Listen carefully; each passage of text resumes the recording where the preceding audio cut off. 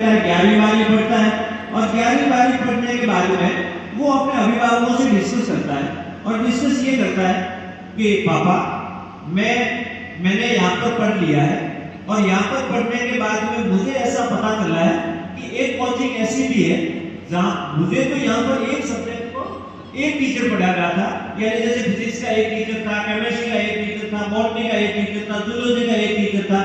उसके बाद में जो मेरे पास में और कोचिंग है उसके अंदर केमिस्ट्री के 2 टीचर हैं, फिजिक्स ऑर्गेनिक और इनऑर्गेनिक का फिजिकल है वो वही पढ़ा रहे हैं, और एक केमिस्ट्री के 2 हो गए और फिजिक्स का एक है, एक बॉटनी का, एक जूलॉजी का है। तो मैंने ऐसा सुना है कि एक कोचिंग इंस्टीट्यूट ऐसा है जिसके अंदर एक से ज्यादा टीचर या 2 से ज्यादा, 3 से ज्यादा, यानी चैप्टर वाइज टीचर होते हैं या यूनिट वाइज टीचर होते हैं। अगर वहां पर मैं जाकर के पढ़ूंगा तो शायद मैं और ज्यादा अचीव करके उस मेथड से मैं शायद टारगेट अचीव कर लूंगा। अब वो बच्चा उसके बाद में कोटा जाता है, कोटा जाकर के दूसरी कोचिंग में एडमिशन ले लेता है। एडमिशन लेता है जब सेशन का एंड होता है, तो ये बात है 2018-19 की, तो जब सेशन का एंड होता है उस समय क्या होता है, वो बच्चा नीट के लिए भी सिलेक्ट होता है, एम्स के लिए भी सिलेक्ट होता है। 2019 के अंदर क्या था, एम्स और नीट के लिए दोनों के लिए सेपरेट एग्जाम होते थे, तो वो दोनों के लिए सिलेक्ट हो जाता है। तो फिर उसको और लोगों ने पूछा और उसके अभिभावकों ने भी पूछा कि भाई तू तो 10वीं, और उसके गुरुजन ने भी पूछा जो जिस स्कूल में वो पढ़ा था 10वीं की हिंदी मीडियम से पढ़ने वाला बच्चा, तो उसको पूछा तो उसने कहा कि आप तो बस 74% 10वीं में थे, 16वीं 17वीं रैंक थी, आधे बच्चे आपके क्लास से ऊपर थे, फिर आपने एम्स के अंदर कैसे अचीव कर लिया ये टारगेट।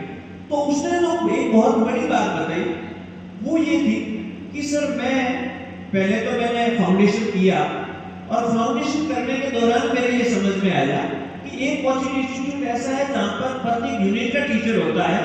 तो मैंने एक साल के अंदर 42 टीचर से पढ़ा। जो आपके 4 सब्जेक्ट है वो कितने टीचर से पढ़ा है? 42 टीचर से।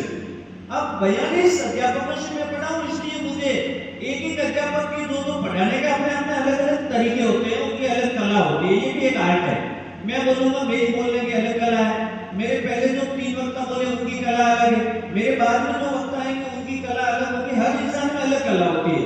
और आप लोग यहाँ पर बोलने वालों का अगर एक टॉपिक भी या एक अगर उनके हाव भाव जैसे जो है उनको याद रखोगे तो भी अगर यहाँ 5 जने बोलते हैं तो कितने जैसे याद हो जाएंगे? 5 याद हो जाएंगे ना। और वही चीज अगर अकेला आदमी आपके सामने बोलता तो कितने याद रहते? 1 याद रहता, अधिकतम रहते तो 2 याद रह जाते, उसी के हो सकता है उसकी 2 बातें याद रह जाती। तो इसलिए आप लोग, अब मैं मूल मुद्दे पर आता हूं और मूल मुद्दा यह है कि वो बच्चा मेरा ही बच्चा था। अब वो बच्चा पहले शिखर से पढ़ता है, शिखर से पढ़ने के बाद में एलन में जाता है।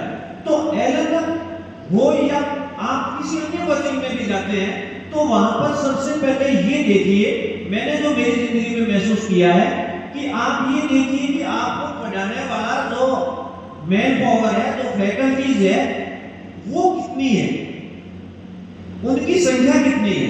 एक तरफ कंपनी है, एक तरफ आप मान लो कोई एक आदमी के पीछे अगर कोचिंग चल रही है तो एक आदमी का आपको एक जैसे याद रहेगा, और वो जो 42 टीचर से पढ़ा था उसको कितने याद रह गए? उसको 42 एग्जाम्पल याद रह गए। प्रत्येक टीचर का कोई ना कोई फेवरेट कोट होता है, कोई फेवरेट एग्जाम्पल होता है, और उनमें से मैं तो कह रहा हूँ कि 42 में से अगर 20 भी एग्जाम्पल अगर एग्जाम में आ जाते हैं तो आपके 20 क्वेश्चन में वो सही हो गए। तो इसलिए मुझे जो टॉपिक दिया गया था वो पेरेंट्स से संबंधित था। तो मेरा बच्चा जब सक्सेस हुआ है तो मेरा मानना यह है कि आप लोग भी अगर इस स्ट्रेटेजी के साथ आगे बढ़ेंगे तो आप कोचिंग चयन के अंदर इसका ध्यान जरूर रखें कि आप उस कोचिंग को चयन करें या उस जगह जाएं, उन टीचर से गाइडलाइन लें जो आपको प्रॉपर तरीके से गाइड कर सके और सही जगह पर आपको भेज सके।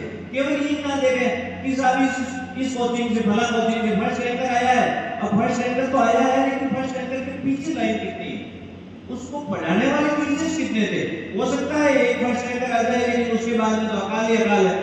तो ऐसी स्थिति के अंदर आप इस भ्रमजाल से दूर रहें और आप कैरियर के लिए मैं धन्यवाद दूंगा इस अवसर पर एलएम जो कोचिंग इंस्टीट्यूट की जो एलएम कंपनी है, उन्होंने हमारे बाड़मेर के बच्चों के लिए आपने जो इतना अच्छा सेमिनार का आयोजन किया, और साथ ही मैं धन्यवाद उन बच्चों को भी दूंगा जिन्होंने अपने समय का सदुपयोग इस अमूल्य जानकारी को प्राप्त करने के लिए किया।